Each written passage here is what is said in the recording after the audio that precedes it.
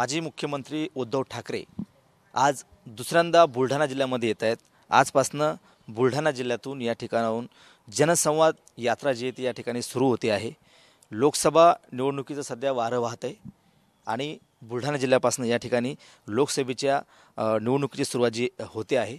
बुलढाणा जिल्ह्यामध्ये जवळपास आज आणि उद्या म्हणजे 2 दिवस बुलढाणा जिल्ह्यामध्ये उद्धव ठाकरे यांचा दौरा असणार आहे।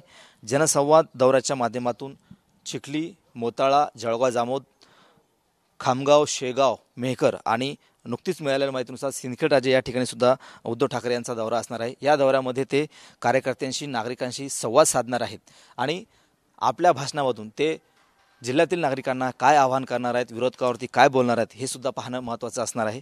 या संदर्भामध्ये बोलण्यासाठी आपल्यासोबत जिल्हा संपर्क प्रमुख आहेत नरेंद्र खेडेकर। आपण त्यांच्याशी बातचीत करणार आहोत। भाऊ, उद्धव साहेबांचा 2 दिवस या ठिकाणी जनसंवाद दौरा होतोय, काय नेमका कुठे कुठे दौरा असणार आहे, काय नियोजन केलंय?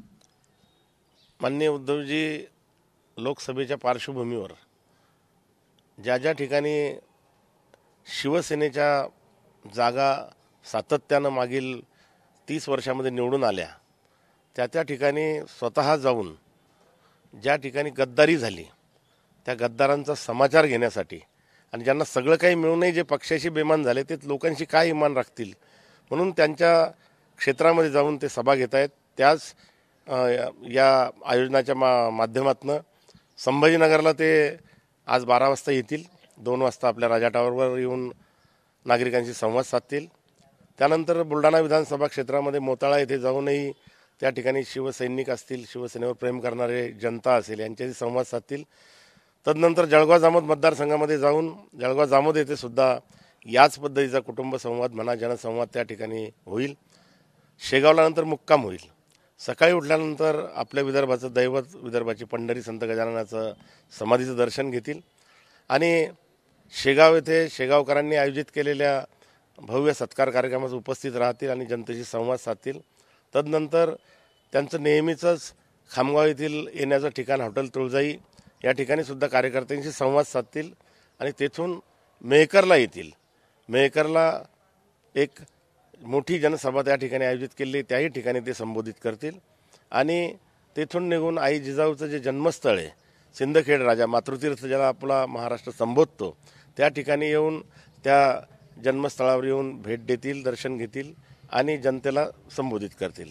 मात्र आता उद्धव ठाकरे ज्यावेळी बंडखोरी झाली दुसऱ्यांदा जिल्ह्यामध्ये येतात, विशेषतः चिखलीमध्ये दुसऱ्यांदा येतात। निश्चितपणे जून जुलै 22 मध्ये ज्या आमदार खासदारांनी बंडखोरी केली म्हणल्यापेक्षा गद्दारी केली आणि सरकार पाडलं, त्यावेळेस उद्धवजी जून जुलै नंतर 2-3 महिन्यानंतर एक मोठा शेतकरी मेळावा आम्ही या चिखलीमध्ये 26/11 आयोजित केला होता।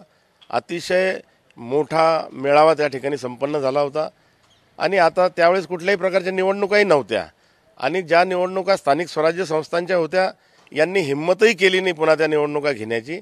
त्या संस्था तर जवळजवळ बरखास्त झाल्यासारख्याच आहेत आणि म्हणून आता लोकसभा ह्या वेळेवरच होणार आहेत।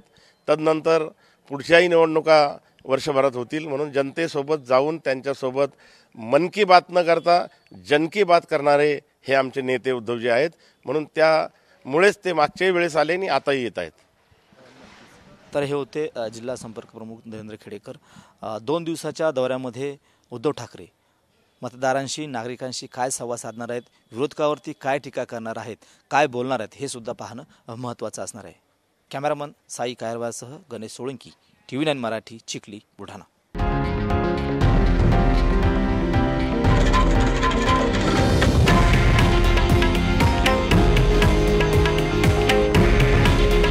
हे आहे देशातील नंबर 1 न्यूज नेटवर्क आणि आपण पाहत आहात TV9 मराठी।